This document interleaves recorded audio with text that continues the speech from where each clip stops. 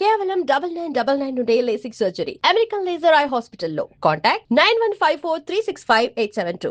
నమస్తే సార్. నమస్తే అమ్మా. సార్ బాదం ఆల్మండ్స్ కింగ్ ఆఫ్ నట్స్ అంటారు.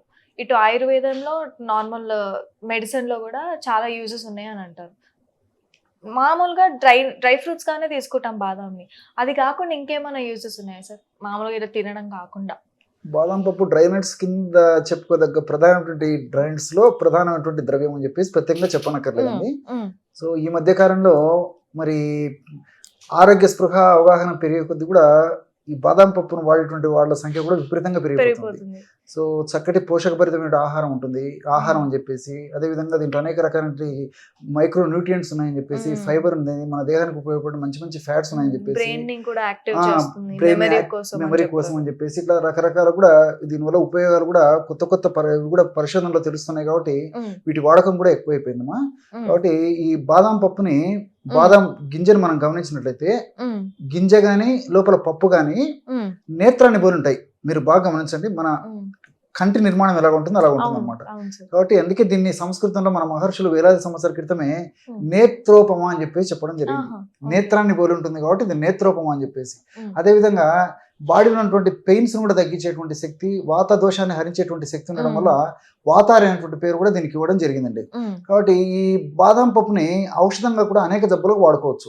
ఉదాహరణకి నిద్రలేమి సమస్య ఉన్నప్పుడు బాదం పప్పును మనం ఔషధంగా సద్వినియోగం చేసుకుని వాడుకోవడం వల్ల చక్కటి నిద్ర మనకు సొంతం అవుతుంది. కంటి నిండా నిద్రపోతే ఒంటి నిండా ఆరోగ్యం అన్నట్లు మరి బాదం పప్పును మనం చక్కగా సద్వినియోగం చేసుకున్నట్లయితే కంటి నిండా నిద్ర వస్తుంది. దాని యొక్క ప్రభావం చేత ఒంటి నిండా ఆరోగ్యం కూడా మనకు చేకూరుతుంది. మరి బాదం పప్పును ఎలా వాడుకోవాలంటే 100 గ్రాములు బాదం పప్పు వేయించి చేసినటువంటి చూర్ణంలో ఒక 50 గ్రాములు బెల్లం పొడి, 10 గ్రాములు జాజికాయల పొడి, ఇంతే. 100 గ్రాములు బాదం పప్పు వేయించి చేసినట్టు చూర్ణంలో 50 గ్రాములు బెల్లం పొడి, 10 గ్రాములు జాజికాయల పొడి, ఈ 3 బాగా కలిపడం వల్ల బ్రహ్మాండమైనటువంటి నిద్రను కలగజేసేటువంటి న్యాచురల్ రెమెడీ రెడీ అయిపోతుంది. దీన్ని ఒక గాజు సీసాలో నిల్వ ఉంచుకొని రోజు రాత్రి పడుకునేటప్పుడు 100 ml గోరువెచ్చని పాలల్లో 1 టీ స్పూన్ ఈ యొక్క పౌడర్ను కలిపి సేవిస్తుండాలండి. కాబట్టి దీనివల్ల క్రమక్రమంగా ఈ యొక్క ఔషధ ప్రభావం చేత మెదడులో నిద్రను కలగజేసేటువంటి మెలటోనిన్ అనేటువంటి ఒక పదార్థం ఉత్పత్తి బాగా జరిగేసేసి క్రమక్రమంగా మనకు నిద్ర రావడం మొదలవుతుంది అనమాట. అంటే చక్కటి నిద్ర మన సొంతం అవుతుంది, ఎలాంటి సైడ్ ఎఫెక్ట్స్ ఉండవు. సర్వసాధారణంగానే మెలటోనిన్ ఉత్పత్తి అవుతుంది కాబట్టి ప్రాబ్లం కూడా ఉండదు అనమాట. కాబట్టి రెగ్యులర్గా దీర్ఘకాలం పాటు వాడినప్పటికీ కూడా దీనివల్ల అనేక రకాల మనకు బెనిఫిట్స్ ఉంటాయి కానీ ఎలాంటి ప్రాబ్లం ఉండదు. కాబట్టి ఈ పద్ధతిలో మరి పెద్దవాళ్ళు అయితే బాగా 1 టీ స్పూన్ వాడుకోవచ్చు. మరి వయసు తక్కువగా ఉన్నటువంటి వాళ్ళైతే అందులో సగం తీసుకుంటే సరిపోతుంది.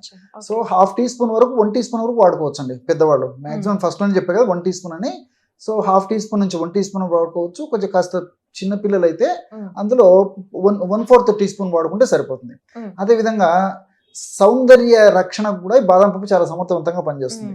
అంటే ముఖం మీద వచ్చేటువంటి మచ్చలు కానీ, గుల్లలు కానీ, అదేవిధంగా ఈ మొటిమలు కానీ ఇలాంటి సమస్యలు ఉన్నప్పుడు చాలా సులువుగా బాదం పప్పును మనం సద్వినియోగం చేసుకోవడం వల్ల చాలా త్వరగా ఆ సమస్య నుంచి బయటపడవచ్చు. ఎలాగంటే బాదం పప్పును పొడి చేసి పెట్టుకొని ఆ బాదం పప్పు పొడిలో తగినంత పన్నీరు కలపాలి. పన్నీరు అంటే రోజ్ వాటర్ మనకు మార్కెట్ లో దొరుకుతుందండి. సో పన్నీరు ఆ రెండింటి కలపడం వల్ల బ్రహ్మాండమైన క్రీమ్ లాంటి ఔషధం తయారైపోతుంది. ఆ విధంగా తయారు చేసుకున్న క్రీమ్ ని అవసరమైతే ఫేస్ అంతా అప్లై చేయొచ్చు. లేకపోతే స్పెసిఫిక్ గా ఏ భాగంలో అయితే మొటిమలు కానీ, గుల్లలు కానీ ఈ విధంగా ఆ భాగంలో అప్లై చేసేసి 1 గంట తర్వాత గోరువెచ్చని నీటితో కడిగేస్తున్నారు. Simple remedy. సో ఈ విధంగా రెగ్యులర్ గా చేయడం వల్ల కూడా చాలా త్వరగా మరి ఆ ముఖం మీద ఉన్నటువంటి ఆ గుల్లలు, మొటిమలు ఇవన్నీ తగ్గిపోయి ముఖం కాంతివంతంగా, సౌందర్యవంతంగా తయారైపోతుంది. ముఖం మీద ఉన్నటువంటి మొటిమలు ఇలాంటివన్నీ కూడా తగ్గిపోతాయి. తర్వాత ఆయిల్నెస్ ఏదైనా ఉన్నా అది తగ్గిపోతుంది, రఫ్నెస్ ఏదైనా అది తగ్గిపోతుంది. సో ఆయిల్ స్కిన్ వాళ్ళకు వాడుకోవచ్చు, డ్రై స్కిన్ వాళ్ళకు వాడుకోవచ్చు, మిక్స్డ్ స్కిన్ వాళ్ళు కూడా ఈ యొక్క కాంబినేషన్ వాడుకోవచ్చు. అలాగే మూడవది ఏంటంటే ఈ దగ్గు వేధించేటువంటి దగ్గు కూడా చాలా సమర్థవంతంగా పనిచేస్తుందండి. సో కొంతమందికి ఎన్ని రకాల ప్రయత్నం చేసినప్పటికీ ఒక పట్టణ దగ్గు లొంగదు. దగ్గి రకరకాల అవస్థ పడుతుంటారు. ఉదయం పూట కొంతమందికి దగ్గు ఎక్కువ ఉంటే, కొంతమందికి రాత్రి పూట ఎక్కువ దగ్గు ఉంటుంది, కొంతమందికి ఉదయం రాత్రి కంటిన్యూగా దగ్గు వచ్చేటువంటి పరిస్థితి ఏర్పడుతుంది.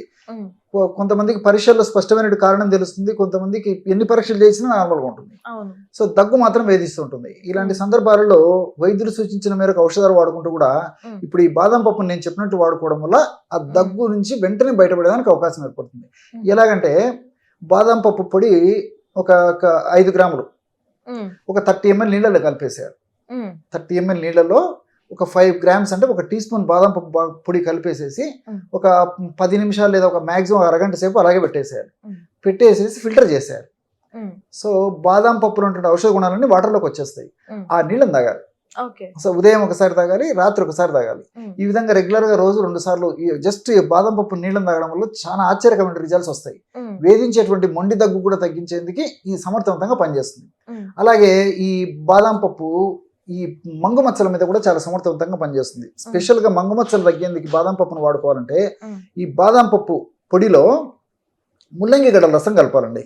సో తగినంత బాదం పప్పు పొడి తీసుకొని ముల్లంగి గడ్డలు మీకు తెలుసు కదండి, రాడిష్ క్రష్ చేసేసి పిండేసేసి ఆ రసం తీసుకుని తగినంత ముల్లంగి గడ్డల రసం తీసుకుని ఆ 2 కలపడం వల్ల తయారైనటువంటి ఆ లేపన ద్రవ్యాన్ని వాడుకోవాలి. ఎలా వాడుకోవాలంటే ముఖం అంతా బాగా శుభ్రంగా కడిగేసేసి తుడిచేసేసి బాగా ముఖం అంతా ఆరిపోయిన తర్వాత ఈ విధంగా తయారు చేసుకున్నటువంటి యొక్క మెడిసిన్ ఏదైతే ఉందో మంగు మచ్చల మీద అప్లై చేసేసి ఒక 1/2 నిమిషం సేపు సున్నితంగా మర్దన చేయాలి. చేసి మళ్ళీ అదే ఆ లేపన ద్రవ్యాన్ని మళ్ళీ అప్లై చేసేసి ఒక అరగంట గంట సేపు ఉన్న తర్వాత కడిగేయాలి. ఈ విధంగా వారంలో 2 సార్లు సరిపోతుందండి, రోజు కూడా అక్కర్లేదు. ఈ విధంగా వారంలో 2 సార్లు ఈ యొక్క ఔషధాన్ని వాడుకోవడం వల్ల ఈ యొక్క మంగు మచ్చలు లేదా మెలాస్మా లేదా హైపర్ పిగ్మెంటేషన్ అని చెప్పబడేటువంటి ఈ యొక్క సమస్యకి చాలా అద్భుతమైన ఫలితాలు కలుగుతాయి. ఈ మంగు మచ్చల సమస్య మగవాళ్ళలో ఆడవాళ్ళలో ఇద్దరు ఉన్నప్పటికీ ఎక్కువ శాతము 100లో దాదాపు 70-80% మందికి పైన మహిళల్లోనే వేధిస్తూ పీడిస్తూ మానసికంగా చాలా ఇబ్బంది పెడుతూ ఉంటుంది అనమాట. శారీరకంగా ఎలాంటి ఇబ్బంది లేకపోయినప్పటికీ ఆ కుంగతీతో గురి చేసేటువంటి పరిస్థితి ఏర్పడి మానసికంగా చాలా క్షోభకు కూడా గురయ్యేటువంటి పరిస్థితి ఏర్పడుతుంటుంది అనమాట. కాబట్టి ఈ యొక్క బాదం పప్పుని ఈ విధంగా వాడుకోవడం వల్ల ఆ మంగు మచ్చలు తగ్గుతాయి. ఎందుకు తగ్గుతాయంటే ఈ యొక్క ఫార్ములాను వాడుకోవడం వల్ల ఈ మంగు మచ్చలు ఎలా తయారవుతాయంటే చర్మానికి రంగునిచ్చేటువంటి మెలనిన్ అనేటువంటి రంజక పదార్థము చర్మంలో ముఖం మీద ఏ భాగంలో ఎక్కువగా డిపాజిట్ అయితే అక్కడ మనకు నల్లగా కానీ నలుపు గోధుమ రంగు కలిసినటువంటి వర్ణం కానీ నలుపు ఎరుపుగా వర్ణం కలిసినటువంటి రంగు కానీ నలుపు అదేవిధంగా ఈ స్నఫ్ అంటే ముక్కుపొడం రంగు నసం పొడి రంగు కలిసినటువంటి రంగు కానీ ఏ రంగులైనా మచ్చలు రావచ్చు. దీనికి అంత కారణం ఏంటంటే ఈ మెలనిన్ అనేటువంటి రంజక పదార్థం ఎక్కువగా డిపాజిట్ కావడం. సో ఈ యొక్క మెలనిన్ అనేటువంటి రంజక పదార్థాన్ని మనం స్థానికంగా అప్లై చేయడం వల్ల తగ్గిపోతుంది. సో ఇది బెనిఫిట్ అవుతుంది. ఇంకోటి ఏంటంటే నడుము నొప్పితో కూడా చాలా మంది అవస్థ పడుతుంటారు, రకరకాల ప్రయత్నం చేస్తుంటారు. ఆధునిక కృత్రిమ రసాయన ఔషధాలు వాడినప్పుడు తాత్కాలికంగా తగ్గిపోతుంటుంది, మళ్ళీ మొదలవుతుంది. సో మంచి రెమెడీ చెప్తాను చూడండి. ఈ నడుము నొప్పులకి రాత్రిపూట ప్రతిరోజు 200 ml వాటర్ తీసుకొని 200 ml వాటర్లో 5 లేక 6 బాదం పప్పులు ఆ పైన పొట్టు తీసేయాలి. అంటే ఒక అరగంట సేపు వేడి నీళ్ళలో వేసేస్తే పైన ఉన్నటువంటి గోధుమ రంగు పొట్టును ఈజీగా తొలగించవచ్చు అనమాట. సో పప్పును తొలగించేసేసి లోపల ఉన్న తెల్లటి ఆ పప్పు పొట్టును తొలగించి లోపలి పప్పు ఏదైతే ఉందో ఆ తెల్లటి పప్పు దాన్ని చిన్న చిన్న ముక్కలుగా చేసేసి నీళ్ళలో వేసేయాలి. అదేవిధంగా 1 టీ స్పూన్ గసగసాలు కూడా అందులో వేసేయాలి. వేసి ఉదయం వరకు నానం చేసి ఉదయం పూట బాగా మిక్సీలో వేసేసి అంతా పదార్థం అంతా కలిసిపోయిన తర్వాత 1/2 టీ స్పూన్ అందులో బెల్లం కలిపి సేవిస్తున్నారు రోజు ఒక్కసారి. బెల్లం వాడకూడనటువంటి వాళ్ళు ఎవరైనా ఉన్నట్లయితే కేవలం ఈ యొక్క డ్రింక్ తాగినా సరిపోతుందండి. బెల్లం వాడదనేటువంటి వాళ్ళందరూ కూడా బెల్లం కలుపుకొని వాడుకోవచ్చు. ఈ విధంగా రెగ్యులర్ గా రోజు ఉదయం పూట పరిగెడుపున ఈ పద్ధతిలో చేయడం వల్ల ఈ కటివాతం అని చెప్పబడేటువంటి నడుము నొప్పికి సంబంధించినటువంటి ఆ యొక్క సమస్య తగ్గిపోతుంది. నడుము భాగంలో ఉన్నటువంటి పోటు, సలుపు, బాధ, అసౌకర్యం తగ్గిపోతుంది.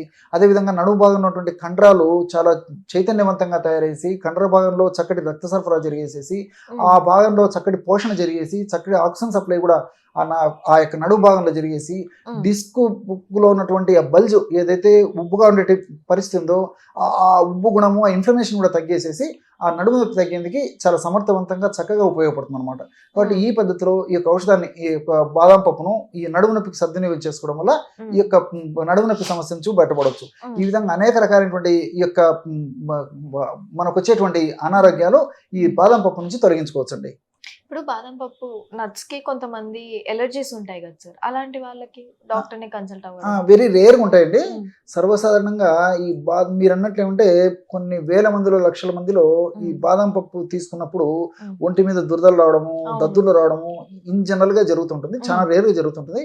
అలాంటి సందర్భాల్లో మరి వాళ్ళకు సూట్ అవ్వదు కాబట్టి వాళ్ళని ఆపేసడం మంచిది, వైద్యులను సంప్రదించడం మంచిది. సార్ ఇంకోటి కూడా అంటారు, ఏదైనా ఎక్కువ తీసుకున్న అది మంచిది కాదు అంటారు కదా చాలా మంది. ఇప్పుడు దీనివల్ల ఉపయోగాలు చాలా ఎక్కువ సైజ్ లో తీసుకునే వాళ్ళకి అతి సర్వత్ర వర్జయత్ అని చెప్పేసి మన పెద్దలు మ్మ్. అందుకే ప్రతిదీ చెప్పారు కదండి, అదే. పెద్దల మాట సద్దిమూట అని చెప్పేసి అతి సర్వత్ర వర్జయత్.